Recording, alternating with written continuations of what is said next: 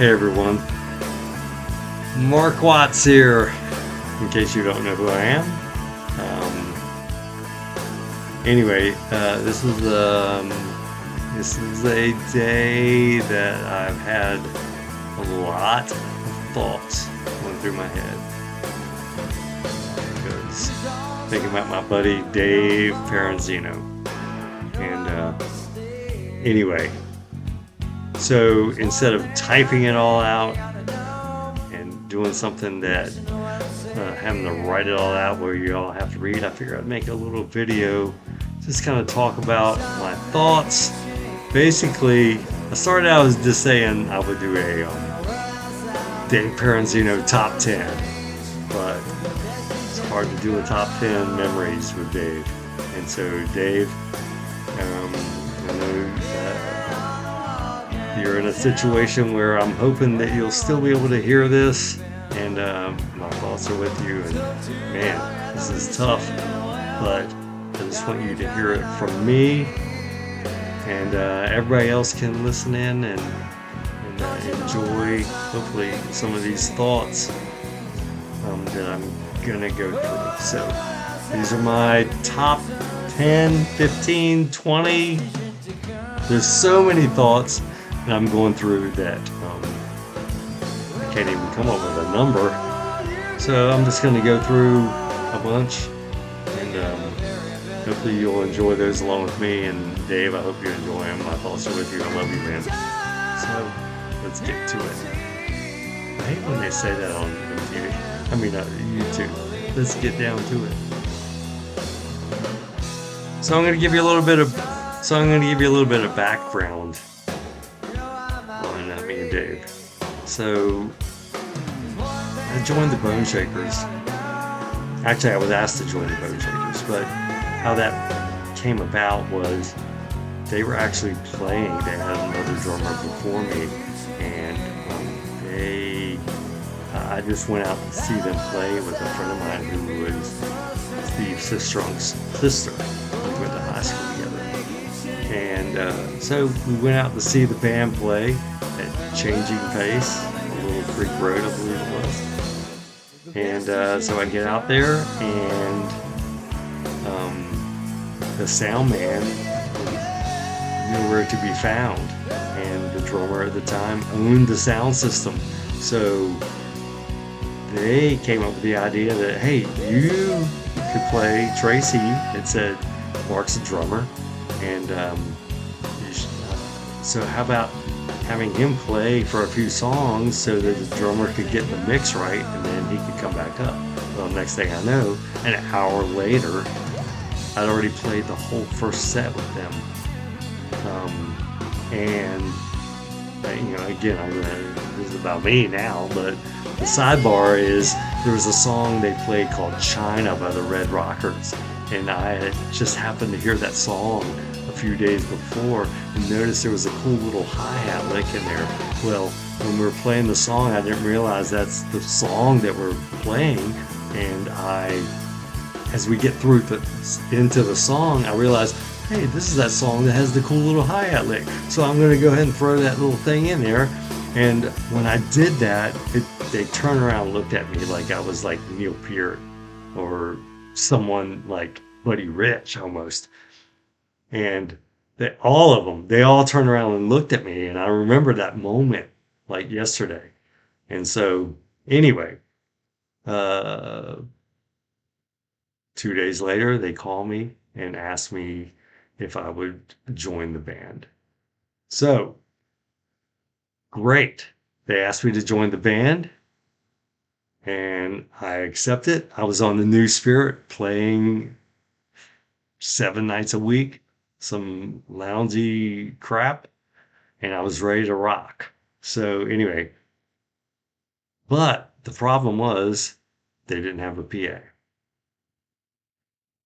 This is where the first thing that Dave did for me or for us, and is an unbelievable thing now that I think about it. But he sold a vintage Stratocaster to buy PA equipment so that I could join the band. So that just sets the bar for what Dave has done for me and what it means a lot to me. But he sold a vintage Strat. I don't know what year it was. I think it was in the 60s, something like that. But he sold it so he could buy some PA equipment so that they could replace what the existing drummer already had. So there's the first DP memory.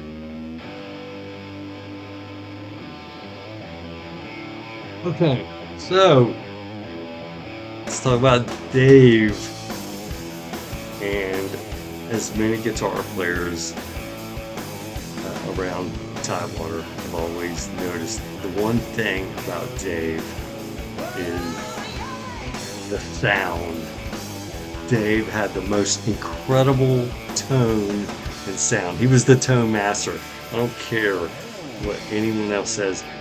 When you would go out, or I'm playing with him, and you're hearing this, he spared no expense to get his rig sounding the best that it could be.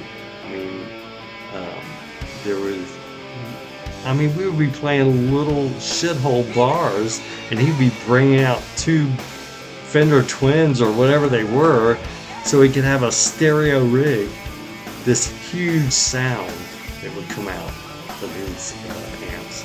Anyway, but again, they say the amps, whatever, it's in the fingers. Anyway, huge sound, and that's another thing that I cannot emphasize enough that made Dave such a well-respected and admired guitarist in the area was the sound. There was no other guitar player. Sorry, Dunn. Dave had the sound, and you admit it. I know you admit it. And they all were chasing Dave's sound. So that's another great memory there.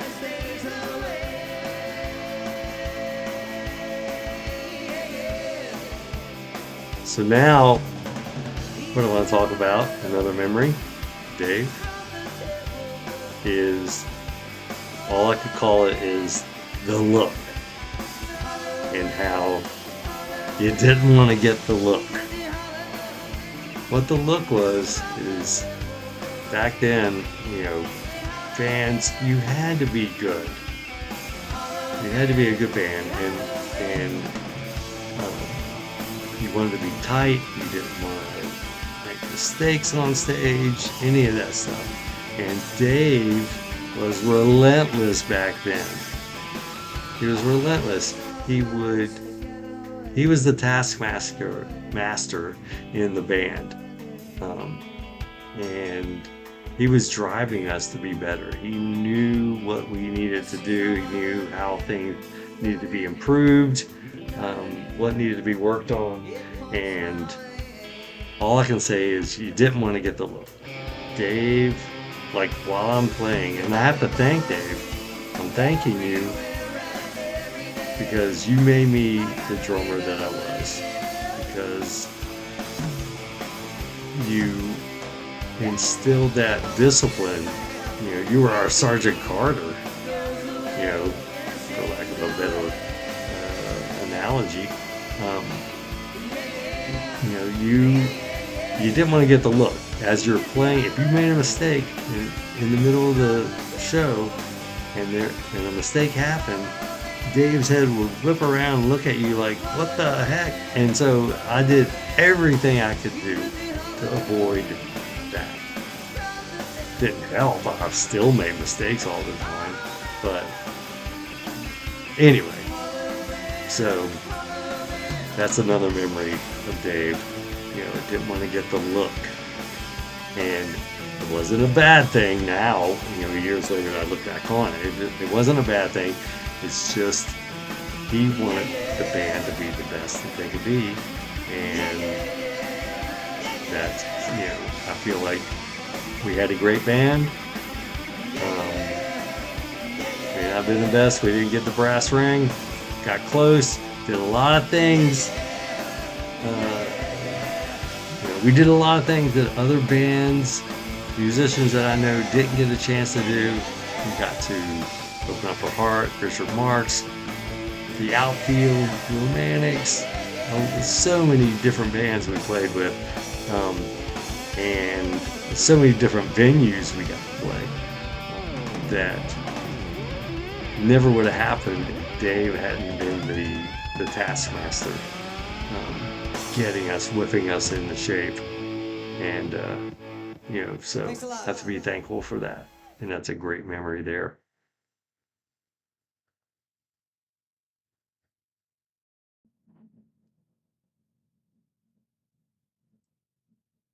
Right. Some other memories as I go through. This video is probably going to get pretty long. Anyway, like I said, I just have a lot to be thankful for. So what I want to be thankful for now is almost getting fired. The band, I was fresh off the boat, the new spirit, and I was like ready to rock and roll. I was all fired up, wanted to show the world what I could do, but um, I was probably maybe a little gung ho. And then also when we started out, we were playing a lot of stuff that I not necessarily good was necessarily thrilled about playing, but I was playing it because I was at least it was better than playing on that boat.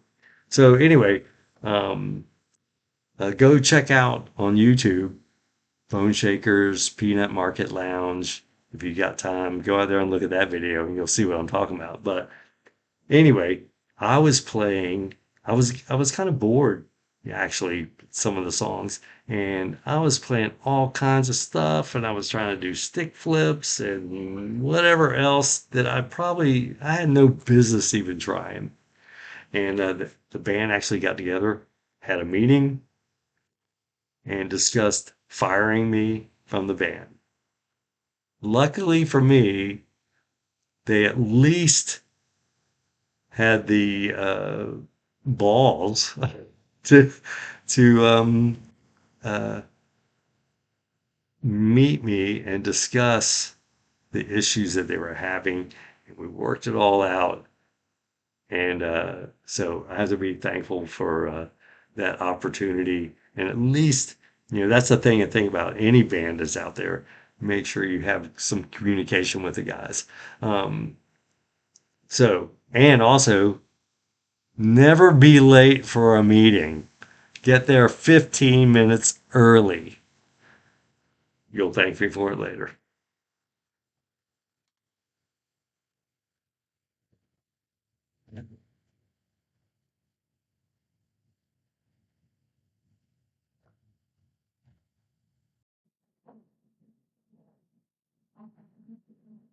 Mm. Some more Dave memories. Here's a couple of quick short stories. Um, I got one called, I call it the donut story. The donut story was we were playing in Williamsburg and the Williamsburg Hilton because we play all the finest facilities. But unfortunately, the Hilton didn't have rooms for us, and they had to send us up the street to some other crappy hotel. And but the good thing about that hotel is they provided us a continental breakfast. And I don't know, I just think about this because we were all having a good time at the Hilton. We went back to the hotel. There was, an after party. You know what I'm talking about? Yeah, I know you do. And so we had the after party, and one of the participants in the after party was walking down the hall, and she noticed that there was a continental breakfast room set up down there, and it already had all the donuts all laid out.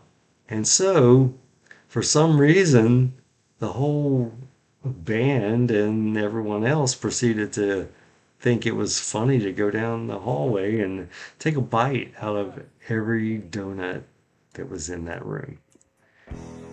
And then we proceeded, whatever, But the next day or a couple of days later, we get a call from Kathy Moore telling us we'll never play the Williamsburg Hilton again because we're like Motley Crue or something. We like tore up the joint. Now, actually, you ate all the donuts and they made us. It was like freaking getting called to the principal's office. We had to go back and pay the hotel for all the donuts that we had eaten, or we only ate one bite. So anyway, so there's that. There's that story, and then the other story is about wardrobe stories. There was one shirt that I happened to. I really liked this shirt. It was just a. I remember it was like a turquoise with like some kind of I don't know diamonds or polka dots, something on it that I really liked. And for some reason, the rest of the guys in the band didn't like it. I'm pretty sure it was Dave. He didn't like my shirt. Anyway, so after the gig, I was, I got back to the hotel after they did. When I got back to the hotel, I noticed there was something laying on the sidewalk that looked like it was just, a cleaning rag or something. I look out, and as I get closer to the room, I realize it's my shirt. Those guys had tossed my shirt out on the sidewalk. So anyway, I don't know why I remember that one. I think it's funny now, and Dave Hunter might, if you're listening now, be careful. You never know when you might find a shirt laying outside on the sidewalk. So anyway, that's my shirt on the sidewalk story. So another Dave memory.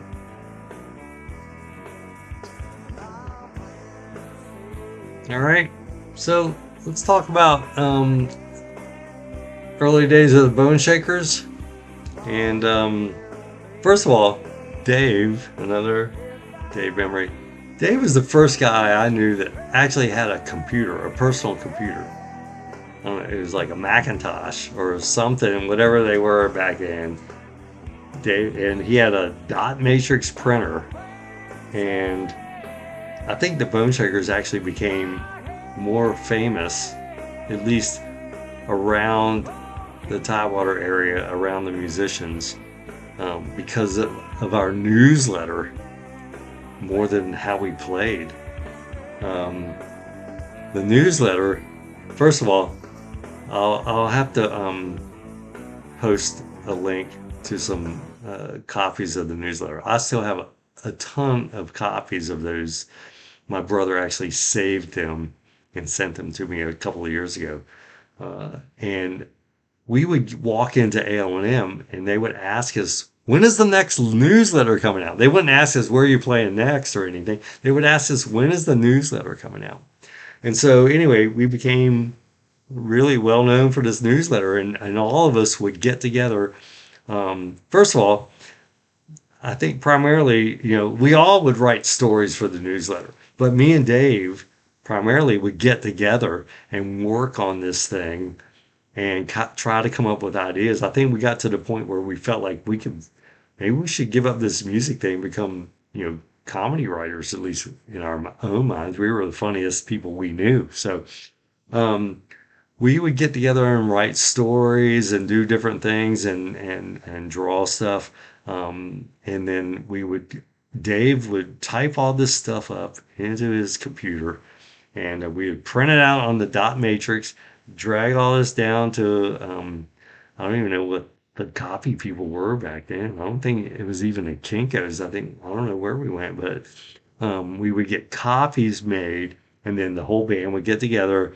We would put these things together, fold them, staple them, uh, address labels he would print out, we would stamp them, everything, and we would do, I mean, literally, like 500, 600, 700. I don't know how many of these things we would mail out every month to the people that would sign up to be on our mailing list. And anyway, so those are some great memories. I mean, a lot of fun, a lot of laughs, uh, writing that newsletter thing that, there's a lot of people who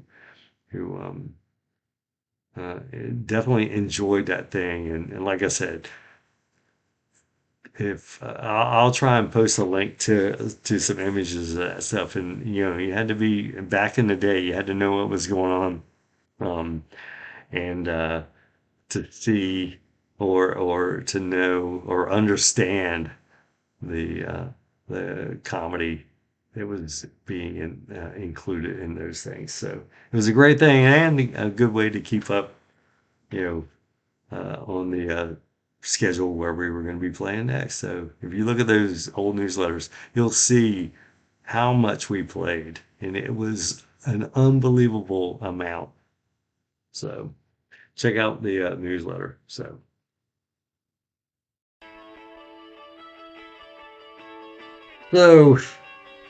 for the Bone Shakers, Dave had the plan. He had the plan for the band, and you know the rest of us probably were just too lazy or uh, didn't really know what to do. Dave was, again, just want to emphasize, he was the guy. He had the plan, and we just followed along. I mean, it created probably some tension, with some of the guys, or at least, I don't know, just you know, we were thinking it would be easy, things would be handed to us, but Dave knew it wasn't going to be handed to you. You had to do the work, and so thanks to Dave for that. And like I said, I think all of us who were in the band can definitely see that now and appreciate what he was doing back then, to get us to where we eventually got. Again, we weren't the Stones, we weren't any of those big, huge bands, but we, like I said, we had some great success, for the time, for the area, and we can't thank him enough for the direction that he pointed us in. So anyway, so one of the big things, the biggest thing probably, was getting us a video on MTV. And back then they had a thing called basement tapes where unsigned bands could submit their videos, and if you were deemed worthy, then they would play your video on MTV. And we were fortunate enough, we were the first band out of Tidewater to actually have a video on MTV on the basement tapes. Um, so we do have that, you know, and we spent a lot of money on it. We worked really hard on it. We got our truck stolen, not stolen, but repossessed by U-Haul during the filming of the video. Another story, another time.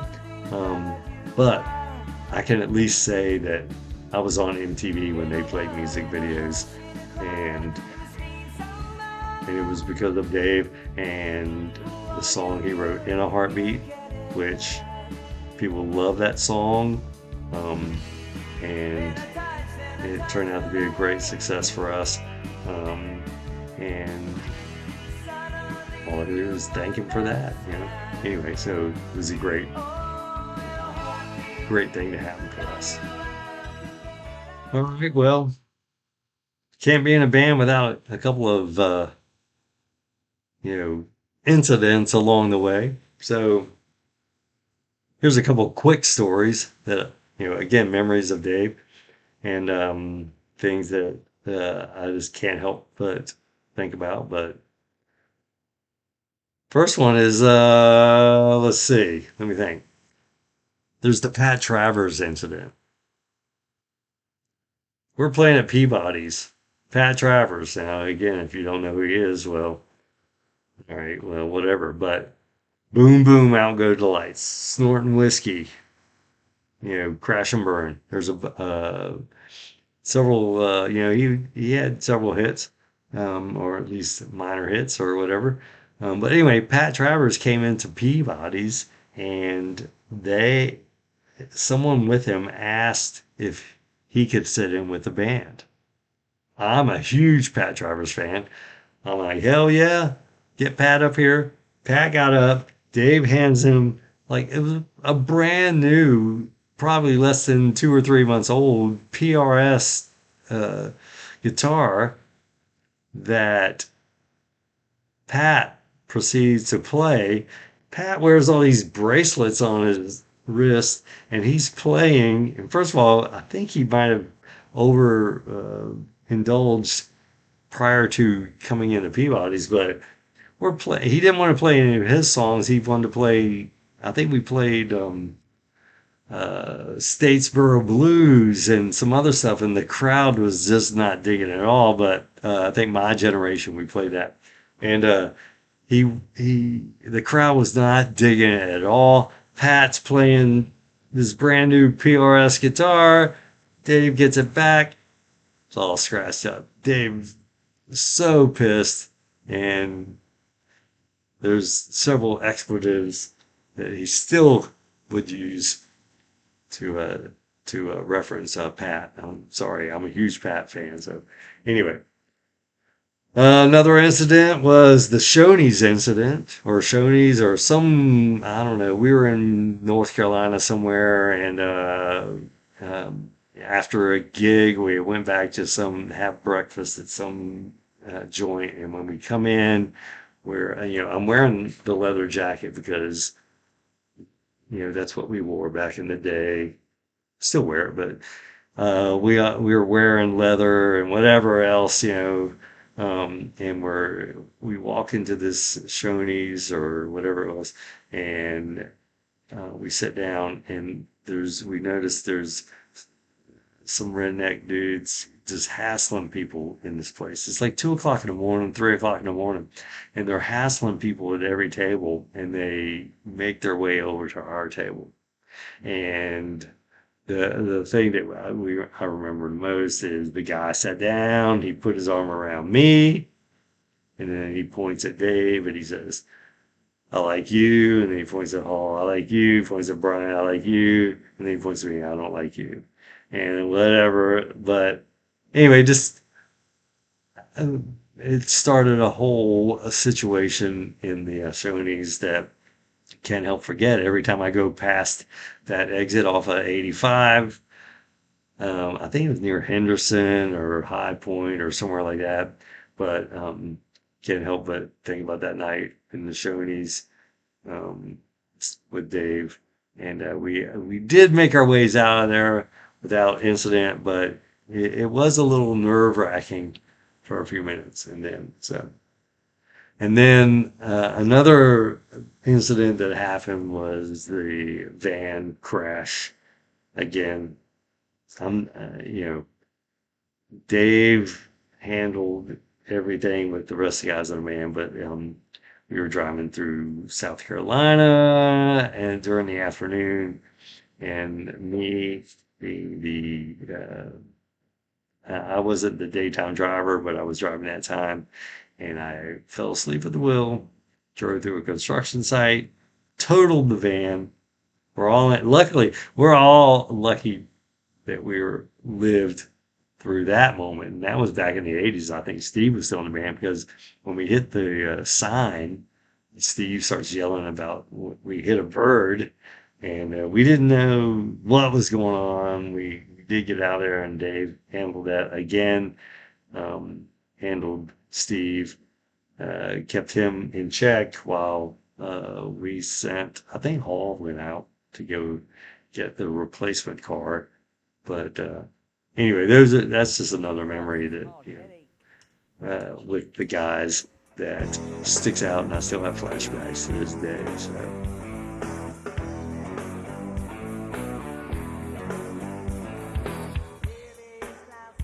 All right, so let's get back to some more fond memories.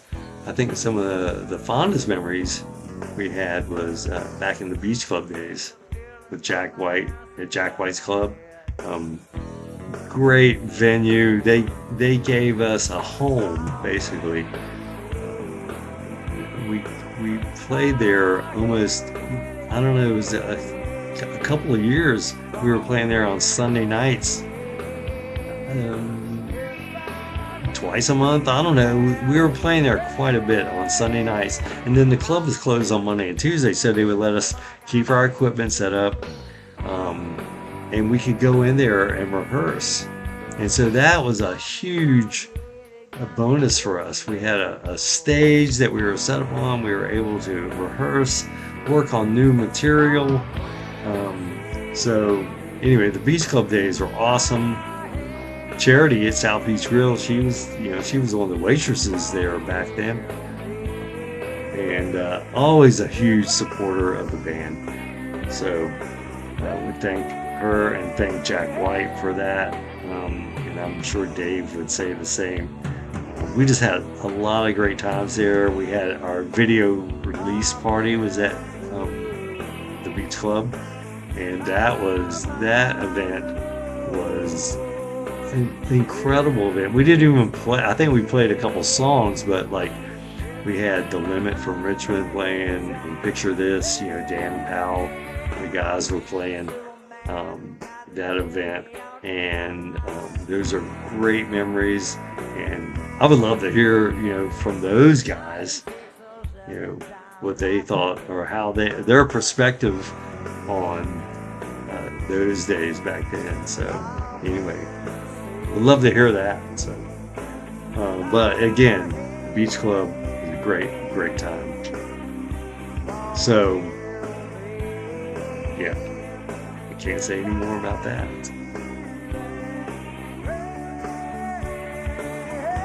All right, Dave. So if you're having, drifted off, and hopefully people are still listening. One thing I have to really thank Dave for is not trading me out for Bruce Crump. Now, when I left the band in '91, Bruce Crump from Molly Hatchet did come in and take my place. But Bruce had actually come to Tidewater a year or two before that. And unbeknownst to me, um, I don't know if it was Kathy or Janet or just Bruce himself. They were pushing for Bruce to get into the band. He had left Molly Hatchet. He had some other things going on, and our the Bone Shaker was kind of going up. Maybe hopefully something was going to happen, um, and they, whoever it was really was petitioning for Bruce to get into the band.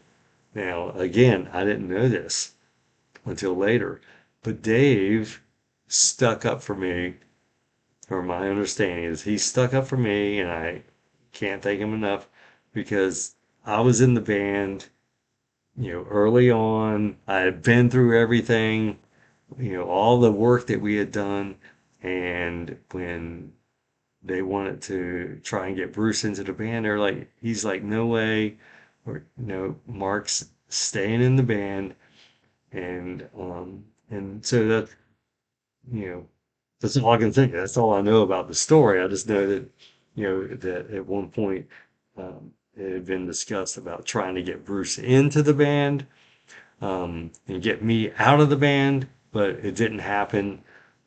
But Bruce did come in later on, and when I did leave on my own terms. Um, so anyway, so I have to, I thank him for that because again, you I got to do a lot of stuff, and you know, anyway, yeah. So I appreciate that. That's all I can say. So, um, other memories I have with Dave. Again, we spent an incredible amount of time together, and we spent a lot of time in the van, traveling, playing, um, but we also spent a fair amount of time just going out, checking out the other bands in the area, and the scene at that time was unbelievable. I mean, some incredible bands back then. You know, Wild Kingdom, Picture This, Panic. Um, I mean, just there was a lot of great bands in just in our circle. You know, not to mention the other guys. You know, Squares, Hotcakes. Uh, all those bands. There's just incredible talent. We became friends with all those guys. But I will say, I have to laugh about the I'm gonna call out the Panic guys because it was very competitive back then as well. As much as everybody would go out and see those bands, inside I think every band was like, oh, we're better than that. Da, da, da, da. I think that went on, and people they won't admit it, but I think it went on a lot. But Panic was from Carolina, and all of a sudden here Kathy brings Panic up into Tidewater, and the next thing you know, they're moving in to a house, off of General Booth Boulevard, and we're like, what the heck? All of a sudden we've been cast aside, and Panic's her new pet project, and at first, we were just like, we hated those guys, that stand-up drummer. Ugh. Anyway, but once we met them and hung out, oh my God, we love those guys. We love the Picture This guys, Wild King, all these bands. Once we started hanging out and getting to know each other, it was unbelievable. It was such a great time to be a musician in Tidewater. But anyway, that's just another memory. Me and Dave, we would go out all the time. King's Head, the Wave, Metro, wherever. Cafe Loco. There was so many great clubs back then that gave all those bands opportunities to play. And what's crazy to me is there's a lot of those guys who are still playing now. You would think, all of us old guys would get phased out, and there would be a new, but a new guard coming in or whatever.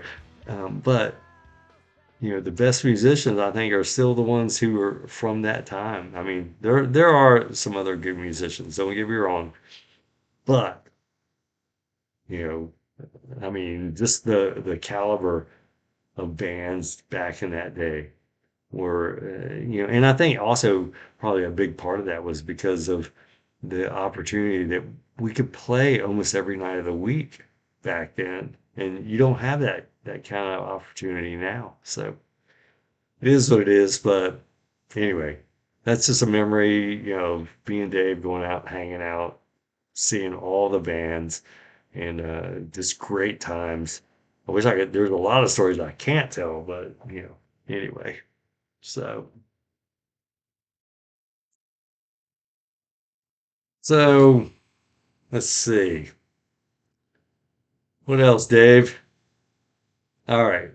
Probably one of the hardest things I ever had to do was when I actually quit the band the first time because we had been together for like 7 years, busting our butts, playing, traveling, doing everything we could to try and maybe be a lot more successful. Again, we had some great success. MTV, we put out an album, we did a lot of traveling, we played with a lot of national acts, um, but it just wasn't happening. I think I just got to the point when I turned 30 that I was like, you know, there were so many other good musicians out there. I just didn't think, I was like, no, man, I think, I need to plan for my future. And so that's what I did. And I left the band. But one of the hardest things I ever had to do was actually go and quit the band. And,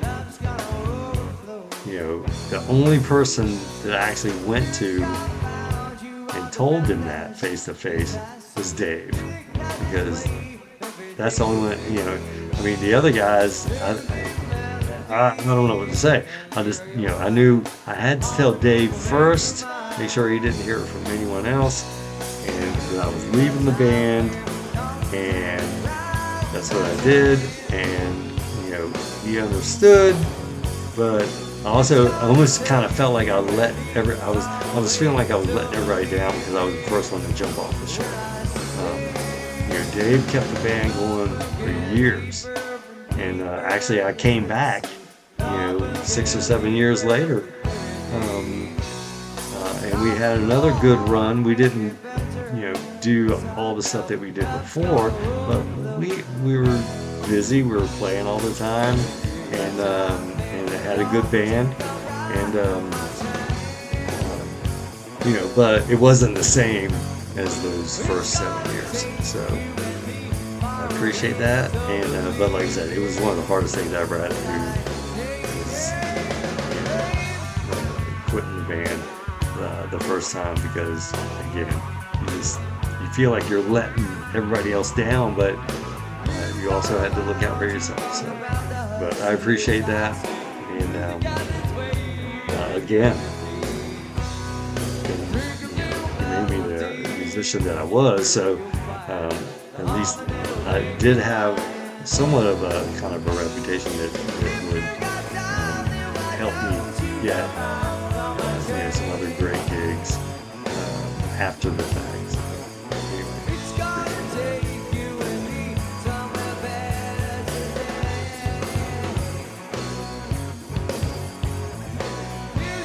all right, so a couple other things I have to talk about. So back in the day, Dave decided that all the guys in the band we needed some old blues guys nicknames. I don't know where that came from. I have no idea. Anyway, but Dave gave, I think his name was Slappy or something like that.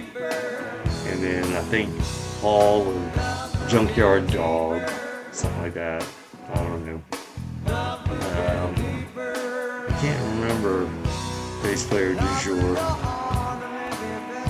They got a nickname. But anyway, the nickname that Dave gave me was Wishbone. And it's funny because he would call me that all the time. Wishbone, Wishbone, blah, blah, blah. And I actually kind of like the nickname so much that I still use it to this day. Like, when you sign up for a bank, online banking or whatever the account is, I use Wishbone as my handle or my name, whatever. So it's funny, but I thought it was a great idea, and like I said, Dave, I'm still using it to this day, and maybe I'll find a chain or something with Wishbone on it to wear in your honor. Anyway, just yeah. So, with that said, then there were a couple other things I want to talk about. First is the first electric guitar I ever bought this is when Dave's working at A&M, and I was like, I'm a drummer, but I wanted to get a guitar. I play a little bit of guitar, but I'm not that great. But anyway, so Dave, I was like, I want a telly. So Dave, I go in, see Dave at A&M. He's working at A&M. I'd already left the band, but so Dave, um, I told him what I wanted. And so I came in, and he had some Sunburst tellies. I wanted a Sunburst telly, and but he's like, oh well, try out. Back then it was like they had the American made, which was like expensive. And they had the Japanese made, which was middle of the road. And so I played the American made, plug it in, whatever, I mean, again, I'm not that great or anything. I can't tell I'm a drummer. And then I played the Japanese one, sounded fine to me, sounded great. And then I'm like, oh, what's that $240 one over there? Is the Mexican strat or telly? And here it is, because it didn't sound any different to me than the other ones I was paying a lot of money for. So I still have my Mexican telly. Um, and I love this guitar. It's unbelievable. It feels great. I've had a lot of guitar players who have played it and they dug it. So I still have that. So I have my Mexican telly right there. So that's one guitar I still have.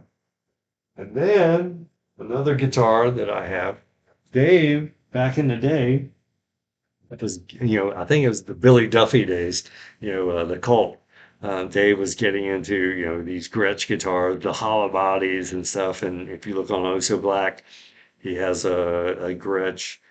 I think it's a 6120. I don't know. The guitar players will correct me. But anyway, he had that Gretsch and another Gretsch that at some point he sold to my dad. My dad had it, and then my dad gave it to me. So I have one of Dave Paranzino's Gretsch guitars right here. Still have it. We don't even know exactly what model it is because had some modifications done to it over time. But I have it, and I cherish this guitar. It's a great sounding guitar, great feeling. The neck's great for me, and got the Bigsby on it there. It's a great guitar. Love it. And so I've got two guitars on my wall that, Dave, I can't thank you enough for touching those and blessing those and helping me with those. So we always had a lot of great conversations about guitars over the years, and Dave had some great collections. Um, his red Strat is like one of my all-time favorite. Every time I see a red Strat, that's what I think of Dave holding that red Strat. So that was a great guitar. I actually don't even think it was really a Fender. I think it was a Schecter, but he just put the Fender badge on it. And again, he can correct me, but that was a great guitar. So,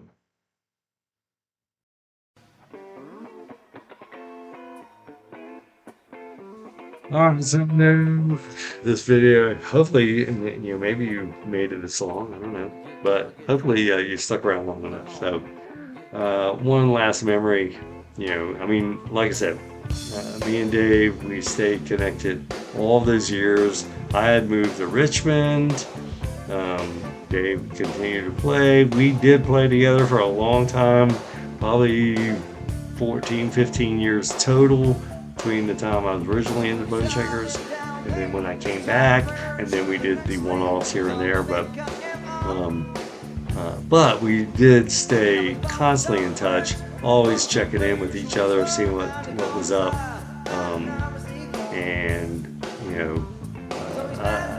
And Dave was more of the friend. Dave, you're my brother. I know people out there, plenty of people out there have connections with certain people that it doesn't matter how much time goes between the last time you saw the person but the next time you see him, it's just like you pick up right at that moment. And so it was always like that with me and Dave. And anyway, but one of the last times that we played together, we did do a show like a year or so ago in Oyster Roast, but that one is memorable as the last South Beach show that we played about a year and a half ago. That South Beach show, we hadn't played together in several years, and that show we had a few other additional guitar players along with us: Mark Dunn, Dave Hunter, Peter Pope, just people that we had known for years. It was a great experience just to get them all on stage with us at the same time with Dave. And but my my most the most incredible memory was because we hadn't played together in a while, and we don't rehearse for these shows. We just send out the song list and hope for the best when we get there. There's no rehearsal. So anybody who's at those shows, um, if you're thinking that we practiced, no, there was no rehearsal. We just sent the song list out to each other, and when we met that afternoon, we might do a little quick sound check, and that's it. We just hit the show and go. And the first song that we played was "Lover in Motion," and I counted the song off. And when we started that song, it was like this I don't know, the emotion, the sound. It was unbelievable in my head. It was just like it was 1988 all over again. It was unbelievable. I couldn't get over it. I think there was a couple other people who commented to me. It was like, I think Peter Pope was one. It's like, man, when you guys start playing, it's just like it was just like yesterday. It's anyway, can't get over that. It's a great memory, Dave, and anyway, just great times. Great times. So, I just wanted to think about that. So, with that being said, I'm going to petition, the Veer Awards this year, because they should give Dave, an achievement award. I mean, come on.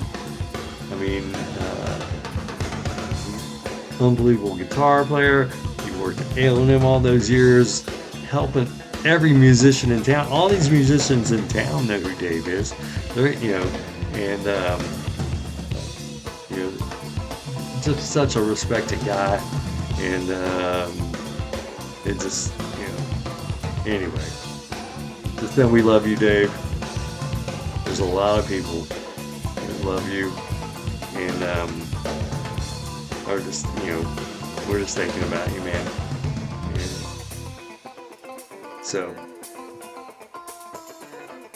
here's to you, man.